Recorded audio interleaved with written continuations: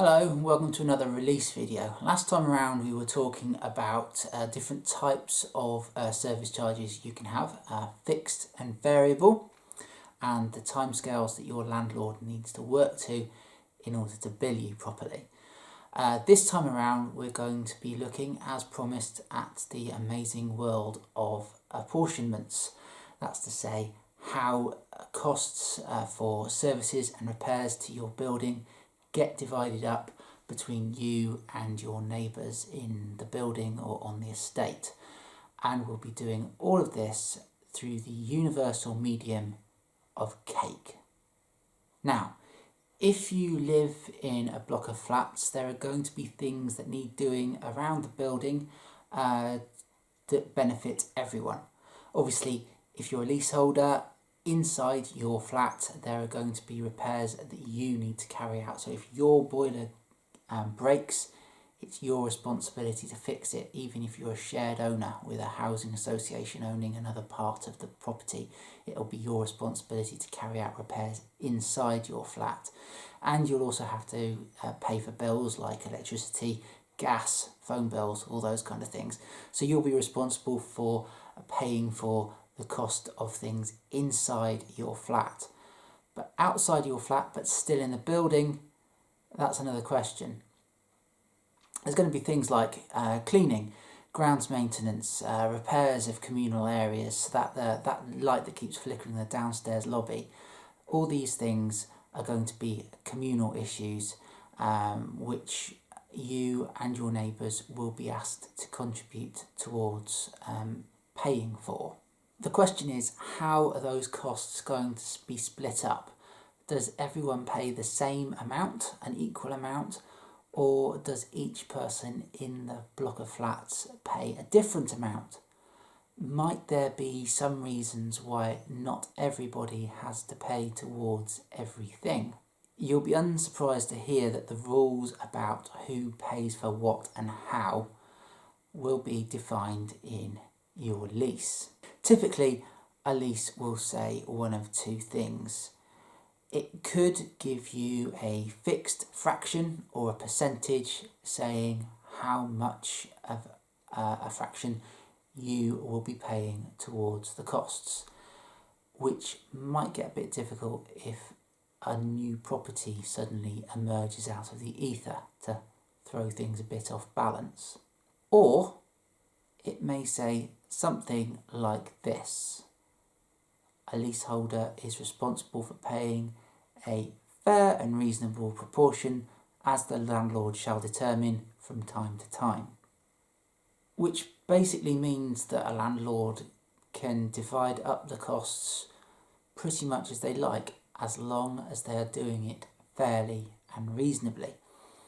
Here are a couple of ways in which the landlord might choose to divide up your service charges. For this, we're going to imagine that you live in a block that contains just 4 flats, and we're going to represent this block of 4 flats in the form of a cake. The most straightforward way in which a landlord might divide up the service charges is to just give everyone 25% responsibility. So everyone pays 1/4 each. What could be fairer and more reasonable than that? Everyone pays the same amount. Well, that's all well and good if each flat is the same size as its neighbours. But it could be that the flats are of differing sizes. Perhaps our block of flats contains one flat with 1 double bedroom, another flat with 1 double bedroom and a single room, another flat with 2 double bedrooms, and a final flat with 1 double bedroom and 2 single rooms. With such a layout, you could very well have different numbers of people living in each flat.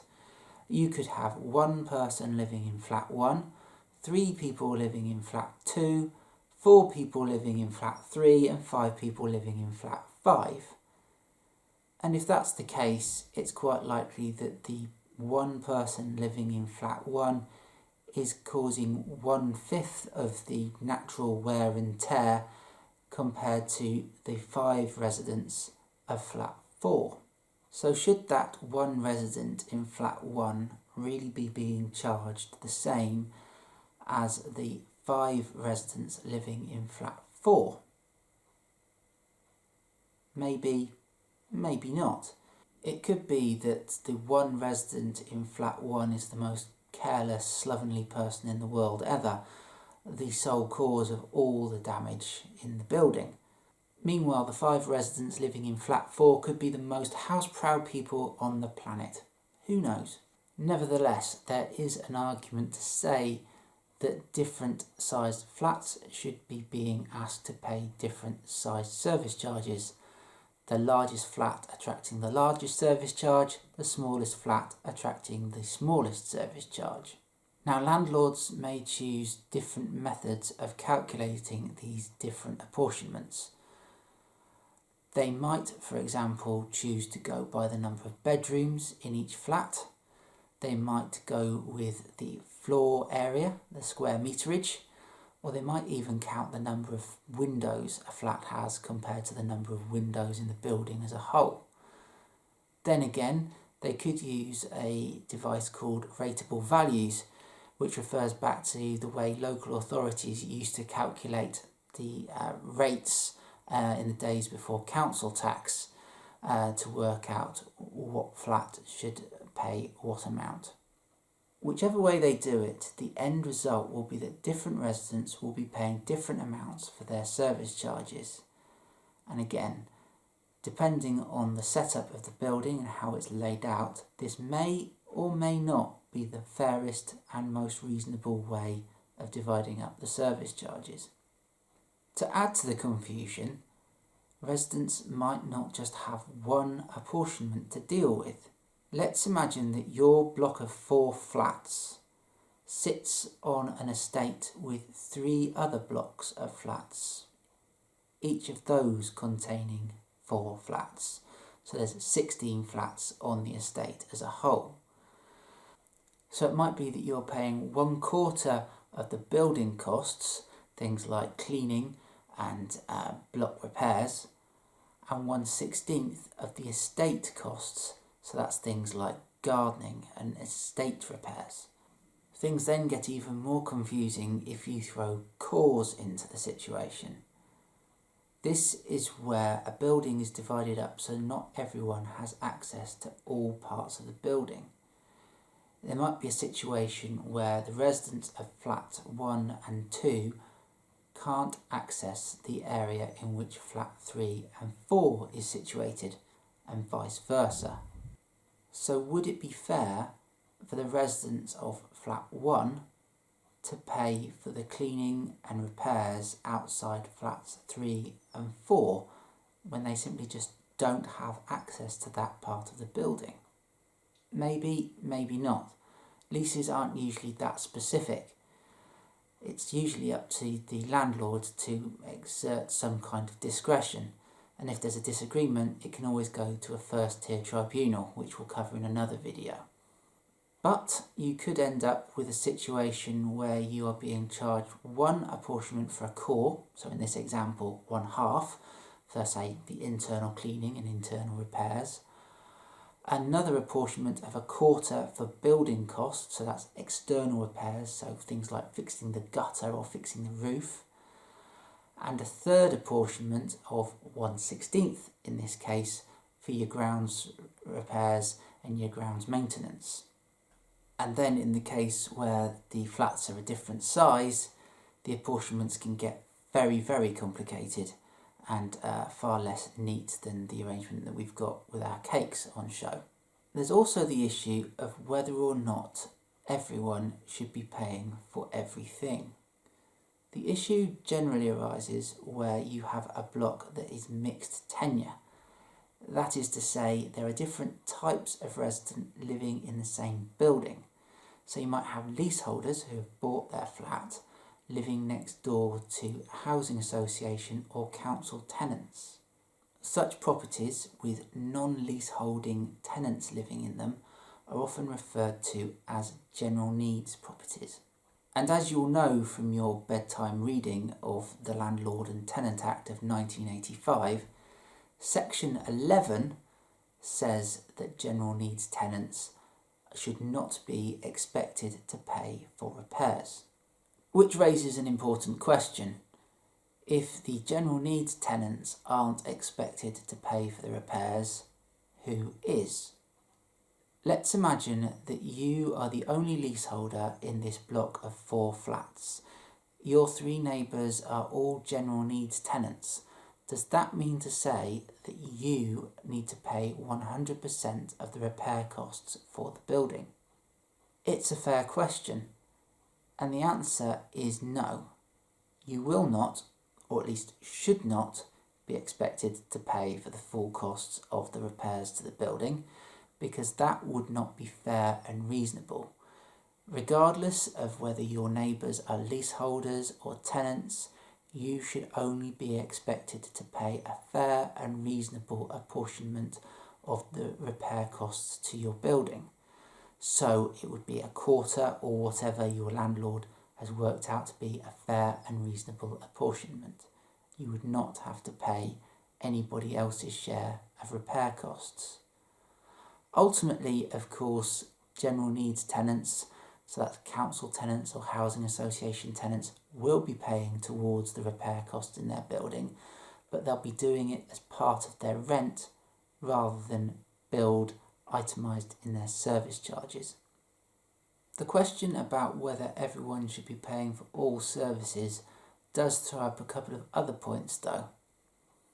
The first is a thing called pour doors, and the other is an issue that generally relates to lifts. Pour doors is the affectionate term used by the British press to describe a situation where some residents in a building have access to some very good services and their neighbours don't. This has come out of a situation where developers have been obliged to provide affordable housing in their buildings, but have found that providing access to stuff like gym equipment or undercroft car parking facilities would drive up the cost too high for shared owners or general needs tenants. Of course, there have been accusations that this has led to a 2-tier system where the more wealthy residents have access to a swanky looking lobby with undercroft parking and amazing gym equipment, while the less well-off residents are reduced to accessing their home by the tradesman's entrance around the back just by the bins. In principle, there is a logic to it. If you don't have access to the expensive lobby and the gym equipment and the undercroft car parking, then you don't have to pay for it. But you can see why it would leave a nasty taste in the mouth. For further details, read J.G. Ballard's High Rise. The other contentious issue often relates to lifts and people who live on the bottom floor of a block of flats. The argument, often put forward by the people who live on the bottom floor of a block of flats, is that if residents don't need to use the lift because they live on the bottom floor of a block of flats, then why should they pay towards the maintenance and repair of those lifts? Landlords will, to a large extent, be free to use their own discretion here, but there's nothing obliging them to not charge for lift repairs and maintenance to people who live on the bottom floor of a block of flats. The counter-argument goes that you still have access to the lift and you might still want to use it to visit your neighbours or to access some facility that's a communal facility that's available on a higher up floor. So there you have it, my incredibly sexy guide to service charges, complete with cake. If you've got any questions about this or any other element of leases and service charges, please fire your questions away in the comment section below, and I'll look forward to reading through them and seeing what I can do to answer them. In the meantime, please subscribe to find out when new videos are coming online. And all that's left now to say is bye and see you soon.